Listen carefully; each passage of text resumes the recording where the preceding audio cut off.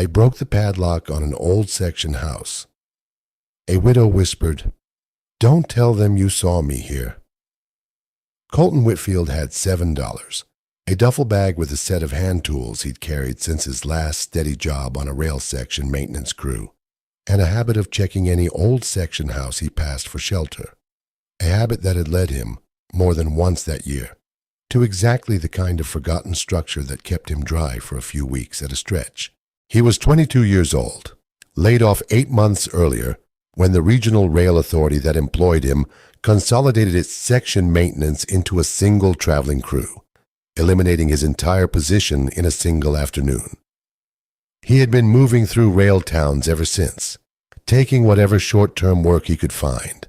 The consolidation notice had cited operational efficiency as its justification, language Colton had come to recognize across 8 months of towns exactly like this one as the specific corporate dialect for deciding that a technician's actual familiarity with a particular stretch of track mattered less than whatever a traveling crew could theoretically manage across several counties instead.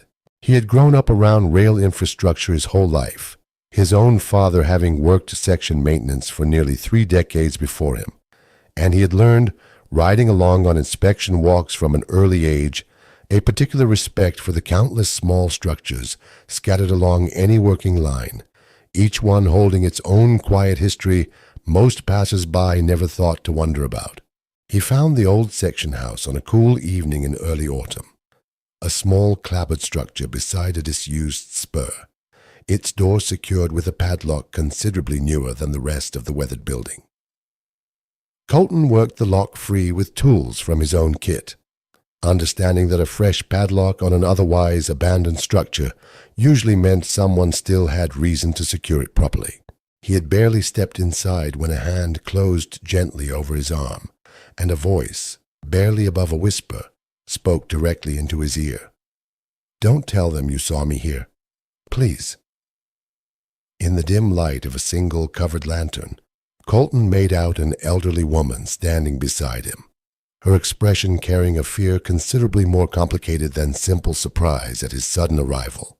Her whole posture carried the particular exhaustion of someone who had spent days listening for every unfamiliar sound. The section house's small confines, evidently the only place she'd found where that exhausting vigilance could finally ease, even briefly. "I won't tell anyone anything," Colton said, matching her careful quiet. "I didn't know you were here. I'm sorry to intrude." "You're not intruding," the woman whispered. "I'm the one who shouldn't rightfully be hiding in a section house that isn't even mine. Name's Odalis Winthrop. I've been staying here 3 days now, ever since I learned my own nephew had a county social worker scheduled to assess whether I'm fit to keep living independently. If she can't find me today, she can't file the report he's counting on to have me declared incompetent." "Why would your nephew want that?" Colton asked. "Control of my property and savings," Odalis said. "He's petitioned the court for guardianship, claiming I'm no longer capable of managing my own affairs. If a social worker files a report supporting that claim today, based on nothing more than my absence looking suspicious, I'm afraid it strengthens his case considerably. I needed somewhere he'd never think to look, at least until I can properly prepare my own defense." "Isn't hiding likely to make you look considerably more suspicious, rather than less?" Colton asked gently. "I know," Odalis admitted. "I don't have a good plan. Only fear and 3 days of buying time I'm not entirely certain what to do with. I hadn't fully thought past simply not being found today." Over the following hour, sitting together in the section house's dim quiet, Odalis told Colton the fuller story of exactly what had brought her to hiding from a system meant, in theory, to protect rather than threaten her. Her nephew Desmond had grown increasingly involved in her affairs since her husband's death 8 months earlier, initially offering what seemed like genuine help managing her finances, gradually escalating into outright control that Odalis had only recently begun to properly recognize as concerning rather than simply generous. When she'd refused his most recent request to sign over power of attorney entirely, Desmond had filed a guardianship petition instead, citing what he characterized as troubling signs of confusion and forgetfulness. He started small, Odalis said, offering to handle a few bills after Elias passed, understandable enough given how overwhelming those first weeks were. But every month, he took on a little more, until I realized, rather suddenly, that I could no longer access my own accounts without his approval first. When I objected, he simply started describing my objections as further evidence of my own declining judgment. That's a considerably effective trap when you think about it, Colton said. Any resistance becomes proof of the very incompetence being claimed. Precisely, Odalis said. I began to doubt myself some days, wondering whether my own frustration with him was actually reasonable or simply another symptom he'd correctly identified. I don't think I fully trusted my own judgment again until this exact week, hiding in a section house, finally admitting to myself that something about his behavior had never sat right, regardless of how he'd characterized my objections to it. I forget names sometimes, Odalis admitted. I misplace things more than I once did. I don't believe that makes me incompetent to manage my own life, whatever Desmond's petition claims. I think it makes me simply an old woman, same as any other, whose nephew has decided her ordinary aging is convenient grounds for taking control of everything she owns. Have you seen a doctor recently? Someone who could formally assess your competency properly? Colton asked. Not since Desmond began this process, Odalis said.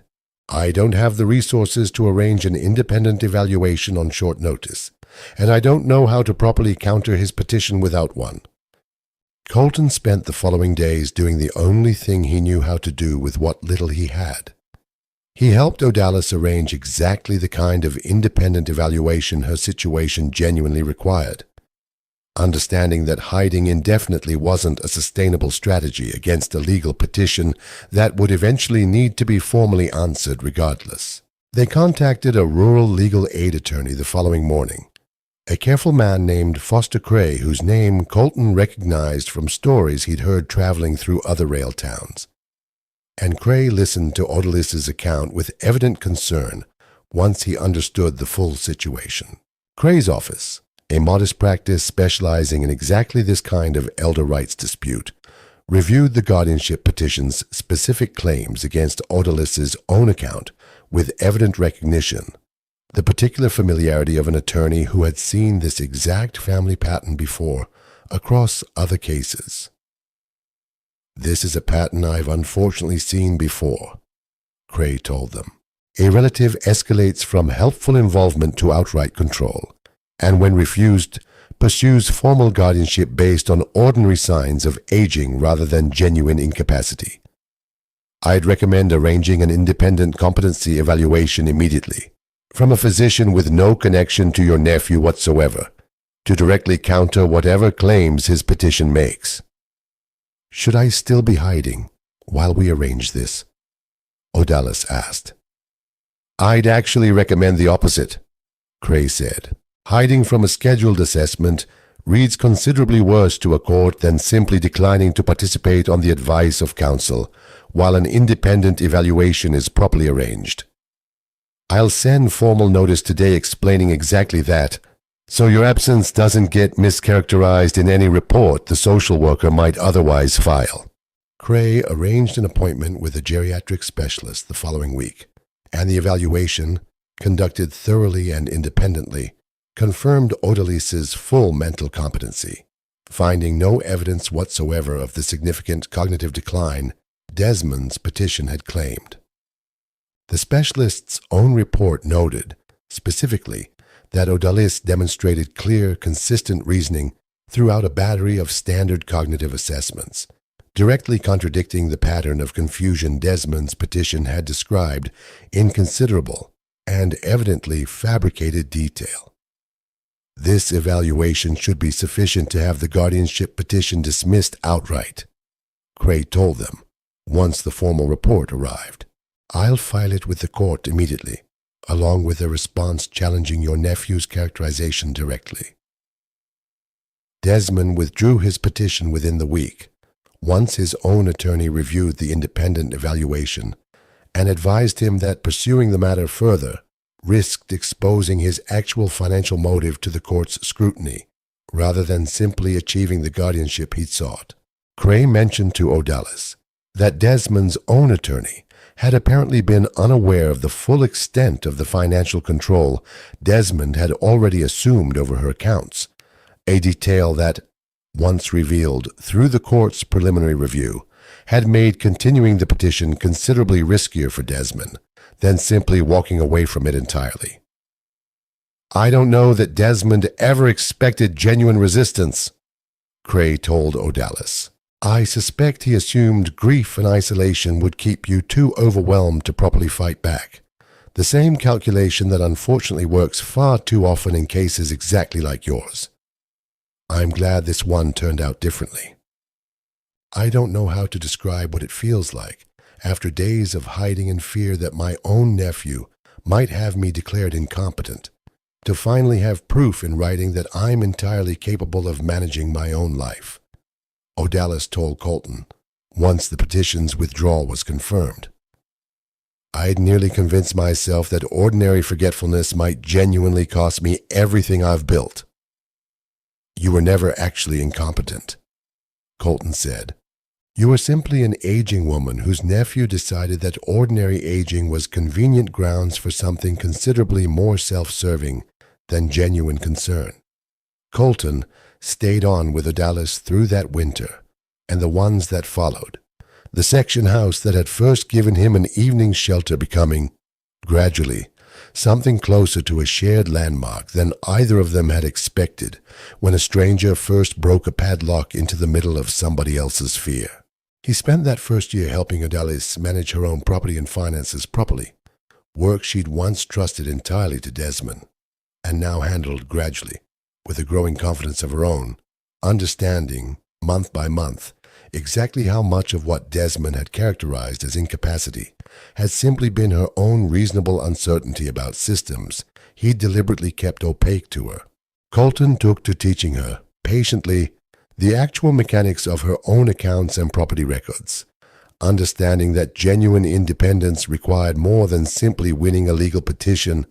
It required rebuilding the practical confidence Desmond's own manipulation had steadily eroded.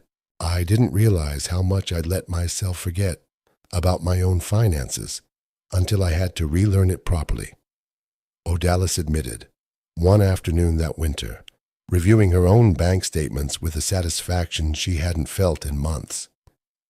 "I think that's precisely what Desmond was counting on. That dependence would eventually look, from the outside, considerably like genuine incapacity, whether or not it actually was. My husband would have been glad to know somebody finally stood with me against Desmond's particular kind of pressure," Odalis told Colton one evening, the two of them sitting together in her own kitchen, warm and well lit in a way that felt, finally, entirely safe. He always said family was supposed to protect what mattered most, not exploit ordinary aging the moment grief made protection harder to manage alone. "I think he'd have been glad about more than just the petition's dismissal," Colton said. "I think he'd have been glad you didn't have to spend those 3 days hiding entirely alone, uncertain whether anyone would actually believe you over your own nephew's version of events." Colton wrote to his own father that winter, describing the section house and the whole strange sequence of events that had led a routine search for shelter to become, in the end, exactly the kind of steady purpose he'd feared he might never find again after the consolidation ended his own maintenance career. His father's reply came a few weeks later, brief but proud in the particular way Colton remembered him always being. "Told you a good section hand's habit of checking every structure properly would eventually lead somewhere worth staying. Proud of you for helping her fight this the right way, rather than simply letting her keep hiding indefinitely." So here's the question worth sitting with tonight. How many aging widows face the particular threat of having ordinary forgetfulness weaponized against them by relatives who've decided guardianship is easier than genuine care? And what does it take? A stranger who knew to keep a whispered secret, an independent evaluation arranged in time, an attorney willing to formally challenge what a petition too easily assumed was true. For that threat to finally be exposed as nothing more than self-interest dressed up as concern. If this story stayed with you, subscribe to Ember and Rail, because there's always room by the fire for one more, and tell us in the comments where in the world you're watching from tonight.